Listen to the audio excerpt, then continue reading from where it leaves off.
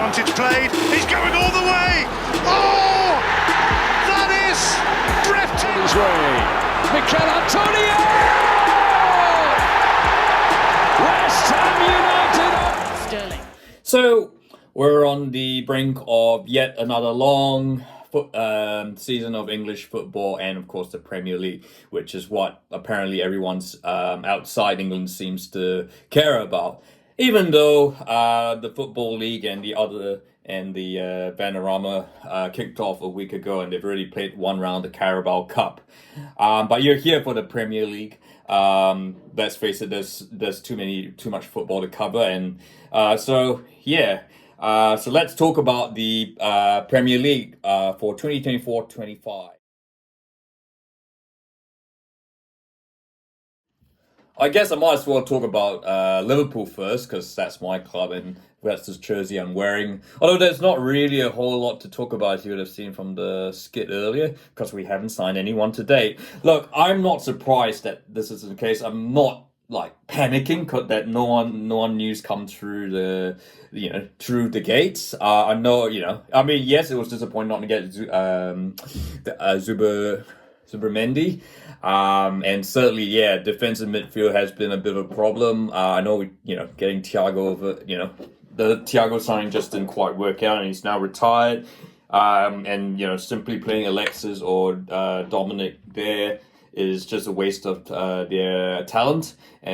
But look, I mean, we've got a new coach. I think this is what I'm actually all for. Arne Slot just having a really good deep dive into the squad and just look at studying all the players. As you would have, as we all know with the Carabao Cup final, from the Carabao Cup final that we unexpectedly will beat won.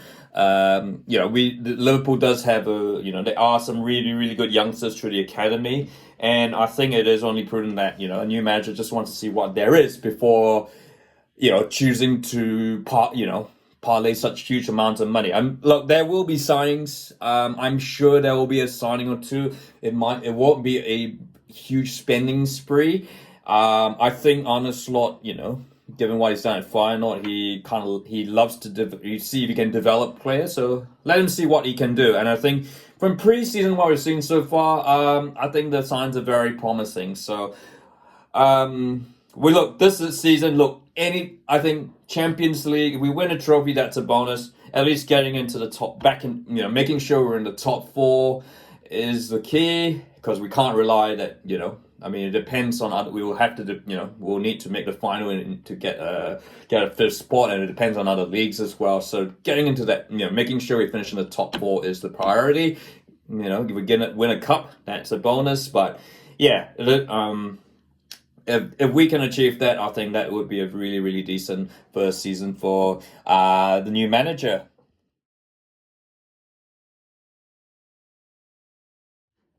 Look, I've got to keep it brief, to be honest, because, it's a preview and there's it is a long season. We're not really going to see things take shape until, sort of, I guess, in the lead up to Boxing Day. In fact, some might say April, nowadays March, April, May, that's, March, April, I should say, that's when things really start to take the final order of the Premier League starts to take shape. What I just hope that is, last season was really, really intense. I think it's not a top four anymore. It's not an established four. You could say that's it's not even an established six. I think you could really go down even 7 to, maybe, you can't, I guess Newcastle, Aston Villa, there could be potential for another team to join in. I mean, it could be, take your pick out of, West Ham. I mean, don't write off, Wolves. I mean, Everton could finally decide to get it right. I mean, for me, but it just shows you, and that's why, I mean, yes, I know there are skeptics saying that the Premier, when people, that they say that, whenever the English call the Premier League the best league in the world, that there's always some laugh. But I think in this case, this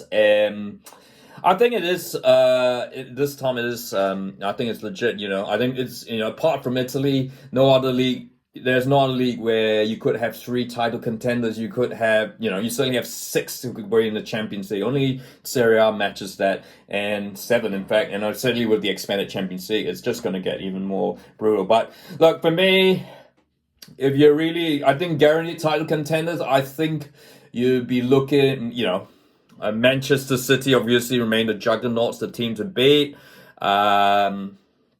Look, there's a lot of question marks.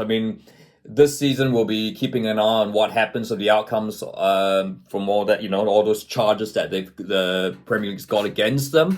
That I guess we shall see what happens. How that might be. I think the word is there might be a outcome in the new year during the middle of the season, but we shall see.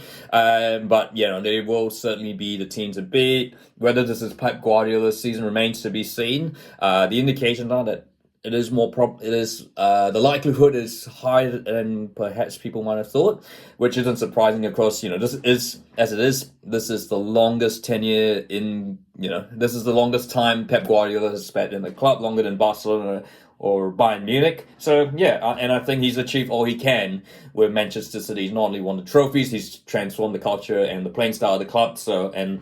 I guess this could I guess the question is who's going to replace him. So we could very well see that, whether it's in, it could be Enzo Maresca at Chelsea. We shall see. It is a very intriguing prospect there. Arsenal, I think, will be their closest challengers. I just feel they are developing really, really nicely. The way they're signing, Arteta's got the team developed. I just think, they're still really young and they're really motivated. And they've had that taste of the Champions League. I think they're just getting there. And look, it is in English football. The fact City won 4 in a row, it was unprecedented. 5th in a row would be unprecedented, but it's never happened before. And that's why I think at stumped. And Man City, there were signs that Man City standard, they were starting to drop off a bit. So maybe Arsenal have just got to be, Arsenal might be very close to taking that step and, be the team that's gonna, looking on track to hit 100 points, before Christmas, that sort of thing. Something that Liverpool did in the 2019-20 season.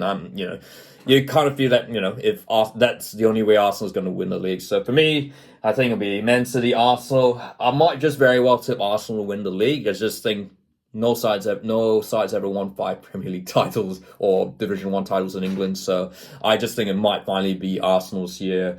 And then top 4. Yeah, look, I've already told Liverpool. I think they will finish in the top 4. I think I guess the squad, for all its issues at the end of the season, I think they should be 3rd or 4th. I just think Manchester United are still in a bit of they're still trying to work things out. Tottenham are Tottenham, but they'll be thereabouts. It'll be interesting to see how the signing of Dom Solanke goes. Aston Villa, I think they could return again. There's a lot of ambition, but having said that, of course this will be their first Champions League campaign. And of course, as we know, it's extended, and this is going to be a real test. We saw that how Newcastle struggled there, that kind of really set them back last season. Along with the injuries and all that. But I guess it will be interesting to see how Aston Villa react with having to manage Champions League along with the Premier League, trying to get back into the top 4 or 5. Newcastle, I think, will be back. They've not being in Europe will certainly help, and that could very well suit them. I think they'll get Sandro Tonali back, so I think they'll be there in the mix. So what are we talking about? Where that is, so we're talking 7 teams there. So look, mid-table. Look, I think one team I'd like to highlight that could be a surprise is Crystal Palace. I don't think they'll finish Champions League, but I think a Europa or Conference League. The reason is 2 words, Oliver Glasner, and I'm not saying this because Oliver's the name of my son, but I think Oliver Glasner, we've known him for a long time. What he did with Eintracht Frankfurt, the signs were there at Palace. When he got there, they just improved. They looked really, really good. And of course, Crystal Palace did supply a abnormally larger than historically expected big number of players to England. I guess whether that hurts them, we see. Mark Guehi was really one of the revelations at the Euros. But of course, yeah, I guess he's still subject to a big, moving on from Palace. But certainly Palace seem to have this academy where they seem to attract all these, rising stars, and they're really profiting well. And yeah, and certainly I think Glasner and Palace for now seem to be a suit, and I think I could very well, I would say that it could be a surprise 8th place there.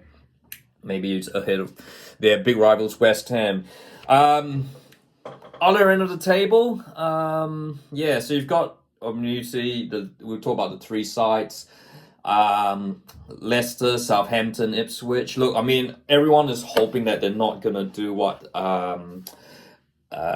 Luton, Burnley, and Sheffield United. Look, I think they will they will do a bit better than those 3 teams. But I'm still not confident that they will about their prospects of staying up. And I just feel, Leicester. Look, I think losing Enzo Maresca and Kieran Dewsbury-Hall, there's a lot of question mark, and also they still got that cloud of a possible points deduction from carried over from a couple of seasons ago. So if they get that could really, really hurt them. Steve Cooper, of course, is a safe choice. A really good manager, but it doesn't exactly inspire confidence. And time will only tell, of course. And of course, he did manage their big rivals from across the Midlands, from the Nottingham Forest.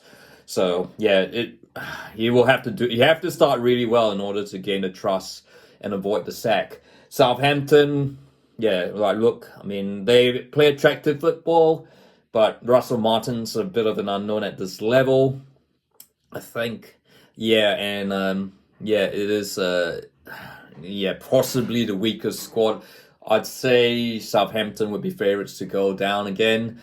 And then there's Ipswich Town. Look, I've done videos about Ipswich in recent times. I've, fawned over them, and probably my other favourite team outside Liverpool at the moment.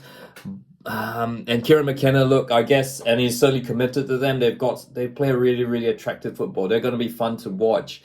But I did say, issues with their in the midfield, like when they're off the ball, they're in transition, they're absolutely a disaster. And they definitely cannot be as cavalier as they have been in League One and the Championship, or they'll be, they could break the record for goals conceded from, in the Premier League from the 1994-95 team. But they, with the ball, I think they could cause a lot of trouble, particularly at Portman Road. But look, I think they will go down, but only just. I think ultimately Everton, Nottingham Forest, the sides above them, I think they might just have a little bit too much over Ipswich. So those are my thoughts. That's really all I wanted to say about the Premier League. Looking forward to it, but look to hear your thoughts. And what are your thoughts? What are you looking forward to in the Premier League, and who do you think will win the league, and who will be relegated, who will be in the Champions League, and who will be in the Europa Conference League, who will surprise, who will be top scorer? I'd like to hear your thoughts. If you like this video, if you like, don't forget to subscribe.